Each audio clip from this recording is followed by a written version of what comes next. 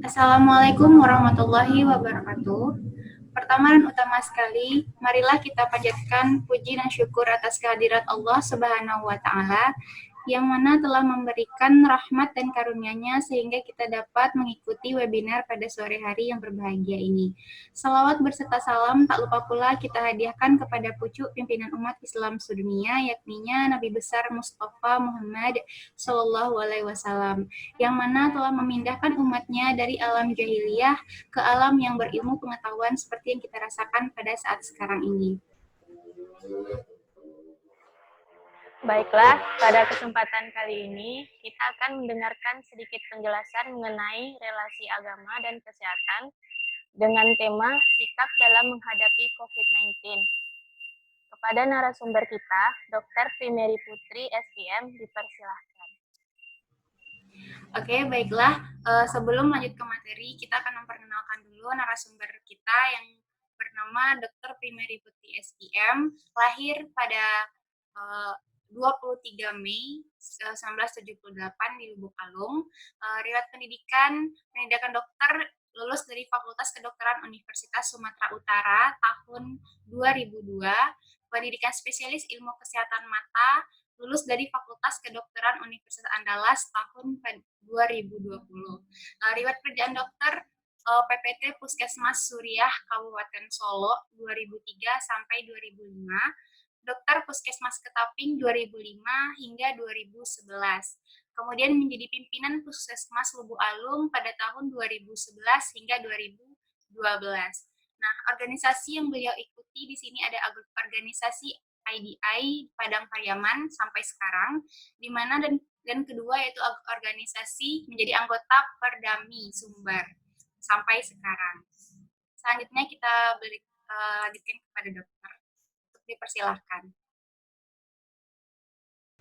Assalamualaikum warahmatullahi wabarakatuh. Terima kasih host Dalana. Mungkin yang tertinggal dari biografi adalah sekarang bertugas di RSUD Kabupaten Padang Pariaman. Selamat sore. Pada sore yang indah ini kita akan mencoba sedikit membahas mengenai COVID-19. Jadi bagaimana sikap kita dalam menghadapi COVID-19 dan bagaimana pandangan Islam terhadap COVID-19. Oke, baiklah kita mulai pembahasan kita tentang COVID-19. Ada 3 hal mungkin yang akan kita bahas pada sore hari ini, yaitu apa itu sebenarnya COVID-19, kemudian bagaimana sikap kita dalam menghadapi wabah COVID-19, dan yang terakhir pandangan hidup Islam dalam menghadapi COVID-19. Right. Apa itu COVID-19? Mungkin kita sudah sama-sama tahu ya apa itu COVID-19 karena itu sudah lama terdengar dan sudah menjadi pandemi di seluruh dunia. Mungkin kalau di negara kita sejak bulan Februari atau awal Maret sudah masuk ke negara kita. Dan kalau dihitung-hitung mungkin sudah sekitar 4 atau 5 bulan kita sudah akrab dengan istilah COVID-19. Jadi sebenarnya itu adalah penyakit menular yang disebabkan oleh sejenis virus, namanya itu coronavirus, di mana virus ini kalau jenis coronanya virusnya sudah lama, tapi yang jenis COVID-19-nya itu baru ditemukan. Pertama kali itu dikenal pada saat adanya wabah virus corona ini di Wuhan tahun 2019 di bulan Desember. Nah, akhirnya kemudian virusnya menular dan menyebar hampir ke seluruh dunia sehingga menjadi pandemi. Awalnya COVID-19 ini ditularkan dari hewan ke manusia. Banyak teori mengenai hewannya, ada yang mengatakan dari kelelawar atau hewan-hewan yang lainnya. Tapi kemudian yang menjadi bahayanya adalah ketika si virus ini sudah bisa menular dari manusia ke manusia. Nah, penularan dari manusia ke manusia inilah yang menyebabkan virus ini kemudian menyebar hampir ke seluruh dunia. Terus bagaimana sebenarnya virus ini bisa menular dari manusia ke manusia? Itu penularannya melalui beberapa cara.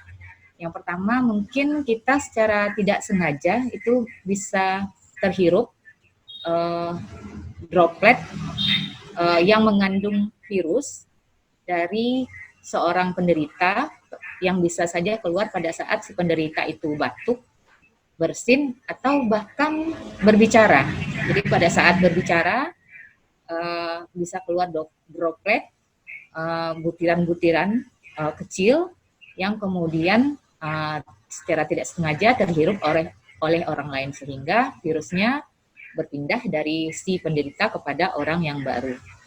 Atau dengan cara yang lain adalah karena dia droplet, mungkin dia akan terjatuh di bagian sekitar mulut kita, mungkin kita berbicara atau berdekatan dengan orang yang menderita, kemudian atau mungkin menempel di hidung, di batang hidung kita atau di wajah kita, kemudian kita memegang bagian-bagian yang tadi disebutkan itu, kemudian akhirnya kita menjadi tertular.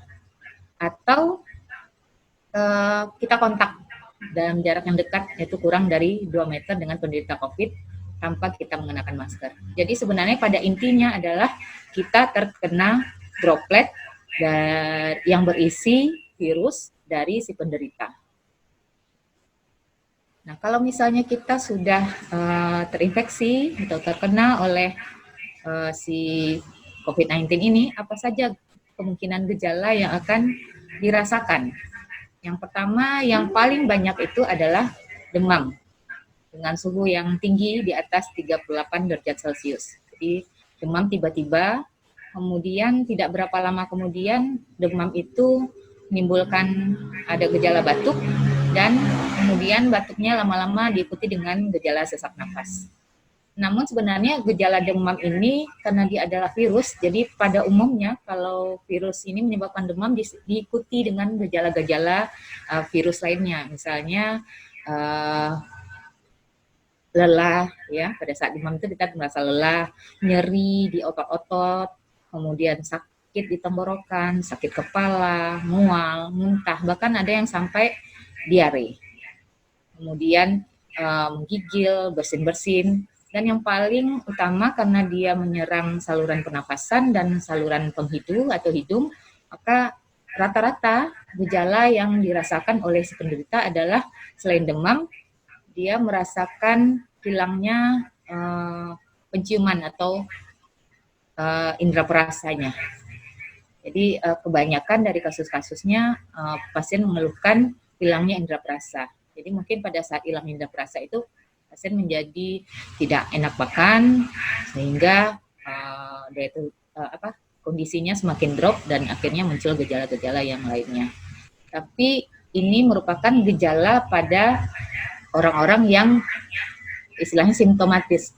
Nah, pada orang-orang yang tidak bergejala mungkin tidak akan timbul keadaan-keadaan seperti yang disebutkan tadi.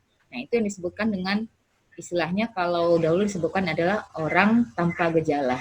Jadi dia sebenarnya mengidap virus COVID-19 ini, tetapi dia mungkin tidak bergejala, ataupun kalau bergejala minimal, misalnya hanya demam ringan atau nyeri sendi yang ringan. Nah, orang yang dengan asimptomatis ini atau tidak bergejala inilah yang sangat kita waspadai, ya, karena kita tidak tahu dia mengandung atau mengidap virus itu dan dia bisa menularkan ke orang-orang di sekitarnya. Jadi bagaimana sikap kita dalam menghadapi wabah COVID-19? Karena dia menularnya melalui droplet, tentu saja kita harus menggunakan masker, itu wajib. Kita harus gunakan masker saat kita beraktivitas di tempat-tempat umum. Jadi kalau kita cuma di rumah saja dengan anggota keluarga yang sudah biasa dengan kita, yang juga tidak keluar kemana-mana, ya mungkin kita tidak perlu memakai masker. Tapi kalau kita beraktivitas di tempat umum, misalnya kita ke pasar, kita ke sekolah, ke kantor, atau ke tempat-tempat umum yang ada keramaian, itu kita wajib memakai masker. Karena dengan memakai masker tentu saja kita sudah menghalangi masuknya virus, walaupun tidak 100% ya, tapi sudah membantu menghalangi masuknya virus ke saluran pernafasan kita. Kemudian apalagi rajin mencuci tangan dengan air dan sabun. Atau kalau di tempat yang tidak ada air dan sabun, kita bisa menggantinya dengan hand sanitizer. Tapi nanti setelah kita bisa mendapatkan air dan sabun, itu lebih baik. Jadi mencuci tangan yang utama itu adalah dengan air dan sabun. Kalau tidak ada bisa diganti dengan hand sanitizer yang mengandung alkohol 70% atau 60%. Nah, terutama kita lakukan setelah kita beraktivitas di luar rumah atau di tempat umum. Karena kita tidak tahu pada saat kita beraktivitas itu kita mungkin bersentuhan dengan benda-benda yang mungkin sudah terpapar dengan virus COVID-19 tadi. Atau benda-benda yang dipakai bersama. Seperti apa? Handle pintu,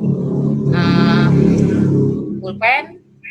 Makanya kalau pada saat wabah sekarang ini sudah digalakkan kalau memakai alat-alat tulis itu sendiri, tidak dibagi kepada orang lain. Karena kita tidak tahu tangan orang lain itu juga sudah ada virusnya atau tidak. Apalagi mungkin kita naik kendaraan umum, itu bangku-bangkunya, tangan-tangan bangkunya itu dipakai bersama. Jadi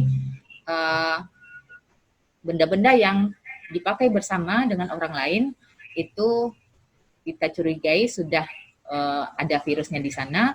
Nah, itu kita setelah memakai benda itu kita wajib mencuci tangan kita dengan sabun dan air atau dengan hand sanitizer. Kemudian jangan menyentuh mata, mulut, dan hidung sebelum mencuci tangan. Misalnya kita pergi keluar, kemudian kita menyentuh sesuatu yang di tempat keramaian, sebelum kita cuci tangan kita dengan air dan sabun atau dengan hand sanitizer, kita jangan menyentuh daerah wajah kita. Karena kalau kita menyentuh, siapa tahu di tangan kita sudah, pada saat kita menyentuh benda-benda yang dipakai bersama tadi, mungkin sudah ada virusnya di tangan kita. Jadi kalau kita sentuhkan ke wajah, tentu dia akan lebih gampang masuk ke saluran pernapasan kita. Jadi jangan menyentuh mata, ngecek-ngecek mata, atau mulut, megang mulut, atau hidung mungkin yang suka ngupil-ngupil, nggak boleh dulu kalau belum cuci tangan. Kemudian apalagi terapkan physical distancing, yaitu menjaga jarak minimal 2 meter dari orang lain. Kenapa mesti 2 meter? Karena diperkirakan saat berbicara, bersin, atau batuk, percikan droplet itu akan bisa terlontar sejauh 1,5 meter atau 2 meter. Kemudian dia nanti akan jatuh. Jadi kalau kurang dari itu, ditakutkan percikan atau droplet itu ke wajah kita atau ke badan kita. Jadi kalau misalnya di badan kita kena, kemudian secara tidak sengaja tangan kita memegang badan kita atau baju kita, kemudian kita memegang bagian muka, bagian wajah, mulut, dan hidung tadi, maka kita akan tertular. Kemudian yang sudah pasti ya, hindari kontak dengan penderita COVID-19 yang dicurigai sudah positif, yaitu sudah pasti. Atau orang-orang yang kita curigai, misalnya dia sedang demam, batuk, atau pilek, itu kita curiga mungkin dia terinfeksi virus, ya kita tidak kontak dulu dengan dia. Kemudian pada saat kita batuk atau bersin, kita menutup mulut dan hidung kita dengan, kalau kita punya tisu, kita tutup dengan tisu. Kalau tidak punya tisu, kita tutup dengan bagian dalam dari lengan kita. Jadi bagian dalam dengan lengan kita, kalau kita bersin, kita tutup dengan bagian dalam dari lengan kita. Jadi kalau masing-masing kita mengerjakan itu, tentu saja kalau kan kita juga misalnya kalau orang tanpa gejala kan kita juga tidak tahu kita ini sudah terinfeksi atau mengandung virus atau tidak. Jadi supaya kita tidak menularkan ke orang lain dan orang lain pun tidak menularkan kepada kita, jadi saat batuk silahkan ditutup dengan sapu tangan atau tisu, atau kalau tidak punya di bagian dalam dari lengan kita. Kalau dengan tisu kita tutup atau dengan sapu tangan, kemudian tisunya nanti kita buang di tempat sampah. Kemudian karena dia virus, untuk supaya tidak gampang kita terinfeksi, tentu kita harus meningkatkan daya tahan tubuh kita dengan pola hidup yang sehat. Jadi makan makanan yang bergizi, yang banyak mengandung vitamin, cukup istirahat, banyak minum air putih, itu dapat membantu meningkatkan daya tahan tubuh kita. Sehingga kita tidak gampang terinfeksi oleh virus. Bukan hanya virus COVID-19 ini saja, tapi virus-virus yang lain. Kemudian jaga kebersihan benda yang sering disentuh dan kebersihan lingkungan termasuk kebersihan rumah. Ya, yang seperti dikatakan tadi, kita tidak tahu orang-orang sekitar kita sudah mengandung virus atau tidak. Jadi benda-benda yang mungkin terpapar dengan orang lain atau dipakai bersama itu kita bersihkan. Bagaimana pandangan Islam terhadap adanya wabah? Nah, kalau dalam Islam kalau ada wabah itu kalau saya memang tidak ahli dalam agama ya, tapi ada secara umum disebutkan bagaimana kita bersikap kalau ada wabah. Jadi dia katakan bahwa kalau wabah itu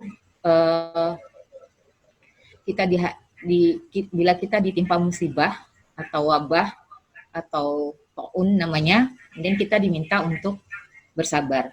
Seperti dalam surat Al-Baqarah ayat 155 sampai 156, dan kami pasti akan menguji kamu dengan sedikit ketakutan, kelaparan, kekurangan harta, jiwa, dan buah-buahan. Dan sampaikanlah kabar gembira kepada orang-orang yang bersabar, yaitu orang-orang yang apabila ditimpa musibah, mereka berkata, innalillahi wa inna ilaihi raji'un. Sesungguhnya kami milik Allah dan kepadanya lah kami kembali. Jadi setelah sekian lama kita mungkin menahan diri ya untuk tidak keluar rumah, untuk tidak pergi ke keramaian yang mungkin biasanya sering ke mall, tidak jadi ke mall, atau mungkin yang dalam bidang agama kita biasa sholat berjamaah di masjid, akhirnya untuk beberapa waktu kita tidak bisa berjamaah di masjid. Itu Allah menguji kesabaran kita. Jadi kita sebagai umat Islam menghadapi wabah ini, kita bersabar, karena pasti Allah akan membalas kesabaran kita itu dengan kebahagiaan yang berlipat ganda. Jadi kalau di dalam agama Islam tuntunannya sudah jelas ya. Kalau dalam bidang kedokteran itu kan kita kenal tuh yang kemarin-kemarin ini PSBB ya, pembatasan sosial berskala besar ya. Jadi kita pergerakan kita dibatasi. Misalnya mau pergi ke suatu daerah itu harus cek dulu apa segala macam, atau ada yang istilahnya lockdown, malah tidak boleh kemana-mana. Nah ternyata di dalam Islam itu sudah jauh dulu sebelum 14 abad yang lalu itu Nabi sudah ajarkan bila ada wabah memang orang yang berada di daerah wabah itu tidak boleh keluar dari tempat wabah itu, dan orang yang dari luar daerah itu juga tidak boleh memasuki daerah yang terkena wabah. Itu kenapa tujuannya supaya wabah ini tidak menyebar. Jadi hanya pada satu tempat saja terlokalisir. Nah, apa yang kita lakukan lockdown atau PSBB itu adalah tujuannya supaya virus ini tidak menyebar sehingga penanganannya lebih gampang, lebih cepat ditekan. Nah, ternyata dalam Islam itu sudah diajarkan 14 abad yang lalu. Bila ada wabah, kita diminta untuk tetap tinggal bila di tempat kita ada wabah, kita yang berada di daerah itu tetap tinggal di daerah itu dan tidak pergi keluar, atau orang yang dari luar tidak masuk ke tempat yang terjadi wabah. Jadi itu sudah sesuai dengan sunnah apa yang kita lakukan dengan pembatasan, dengan lockdown, dengan pembatasan aktivitas yang peraturan-peraturan yang dikeluarkan oleh pemerintah itu sudah sesuai dengan sunnah, dan kita berharap apa yang kita lakukan sekarang ini dibalas Allah dengan mengangkat segera wabah ini dari negara kita, dari dunia pada umumnya, insya Allah. Jadi seperti yang dijelaskan tadi, ajaran Islam dalam mencegah COVID-19, tidak hanya COVID-19, mungkin wabah-wabah yang lain. Mungkin karena sekarang lagi happening dengan COVID-19 ya, tentang COVID-19. Sebelum-sebelumnya ada banyak wabah yang terjadi. Kolera, lepra, dan segala macam. Nah, Islam mengajarkan untuk tidak keluar rumah pada saat terjadi wabah menular, dan itu sudah kita lakukan selama beberapa bulan ini. Kemudian menjaga kebersihan dengan mencuci tangan, dan kalau dalam Islam kita menjaga wudhu kita. Jadi setiap saat kita menjaga kebersihan diri kita dengan tetap menjaga wudhu kita. Jadi sama juga kita dengan mencuci tangan setiap, tadi kalau secara ilmiahnya ya, mencuci tangan dengan air dan sabun. Nah, kalau dalam Islam menjaga wudhu kita. Jadi setiap kita mungkin terputus wudhunya, kita wudhu lagi. Dan itu sudah membantu menghilangkan virus yang mungkin nempel di wajah dan tangan kita. Kemudian apa? Mengkonsumsi makanan yang baik dan halal. Itu sudah sesuai ya. Kemudian menghindari makanan yang membawa pendaratan. Kemudian isolasi atau tidak melakukan aktivitas di luar untuk memutus mata rantai penyebaran penyakit yang mewabah. Jadi apa yang sebenarnya kita lakukan sekarang ini adalah sunnah. Jadi kita tidak keluar, itu adalah sebenarnya sunnah yang kita lakukan. Ya, demikian saja penyampaiannya. Mungkin dikembalikan kepada moderator atau host. Silakan. Oke, baik. Terima kasih nih kita ucapkan kepada Dr. Primary Putri, SPM ya. Dokter kita udah mau hadir ya di tengah kesibukan jadwal dokter yang banyak kena wabah COVID-19 ini. Jadi kita langsung aja masuk ke sesi pertanyaan ini, Dok. Pertanyaan ada dari host Yosi Juniarti, silakan bertanya. Baik, terima kasih kepada host Zalana. Untuk dokter, saya ingin bertanya mengenai prosedur pembagian masker. Kan di wabah pandemi COVID-19 ini kita diwajibkan untuk memakai masker. Jadi apabila kita menjadi seorang relawan COVID, seandainya kita membagikan masker, kan masker itu dibagikan dari tangan ke tangan. Apakah boleh gitu? Sedangkan tangan kita tidak tahu kita sedang menyentuh apa sebelum kita membagikan masker tersebut. Apakah itu tidak berbahaya atau ada prosedur lainnya, atau misalnya masker itu harus disemprot dulu dengan alkohol atau bagaimana? Terima kasih pertanyaannya, Yosi ya. Jadi sekarang banyak ya kegiatan-kegiatan kegiatan-kegiatan sosial ke masyarakat dalam membantu menanggulangi wabah ini, membagi-bagikan masker ke masyarakat. Jadi masker kan ada dua, masker medis, mungkin yang saya pakai sekarang ini namanya masker medis, dan ada masker kain. Nah, kalau untuk tingkatannya tentu untuk tempat-tempat yang resikonya tinggi ya untuk terpapar akan virus COVID-19 ini tentu diharuskan memakai masker medis, karena masker medis ini dengan lapisannya yang ada 3 lapis yang bisa menahan virus dan dari luar, dan dari si pemakai sendiri juga bisa menahan untuk keluarnya. Kalau untuk petugas medis, orang-orang yang sangat rentan atau berada di lingkungan yang risiko tinggi untuk berdekatan dengan orang-orang yang mungkin saja positif COVID-19, itu dia masker medis seperti dokter, perawat, bidan, pegawai-pegawai di rumah sakit, di puskesmas, itu masker medis yang dipakai. Kalau yang masyarakat itu karena masker medis ini terbatas, jadi dibolehkan memakai masker kain. Kalau masker kain, saat kita membagikan ke masyarakat, itu tentu saja kita mencuci tangan terlebih dahulu, ya. Kemudian masyarakatnya tentu setelah menerimanya tidak langsung memakai maskernya. Kalau bisa maskernya tentu dicuci dahulu dengan sabun, nah kemudian baru dipakai. Kalau misalnya yang dibagikan adalah masker medis, biasanya masker medis itu sudah ada bungkusnya tersendiri ya. Nah, kalau dibagikan per lembar begitu memang agak riskan untuk bisa terpapar dengan virus. Karena masker medis ini tidak boleh dicuci. Jadi nggak boleh misalnya karena kita curiga tadi mungkin sudah terpapar terus kita cuci masker medisnya dengan alkohol, itu tidak boleh, karena akhirnya dia menjadi fungsinya untuk membatasi sebagai saringan itu akhirnya tidak menjadi rusak. Jadi masker medis tidak boleh dicuci. Jadi kalau dibagikan ke masyarakat mungkin masker kain, ya sebelum membagikan ya kita ikuti protokol dulu, kita cuci tangan, kemudian saat membagikan kita jarak ya, social distancing atau physical distancing dengan yang akan dibagikan. Begitu. Baik, terima kasih atas penjelasannya ya dokter. Nah, baiklah,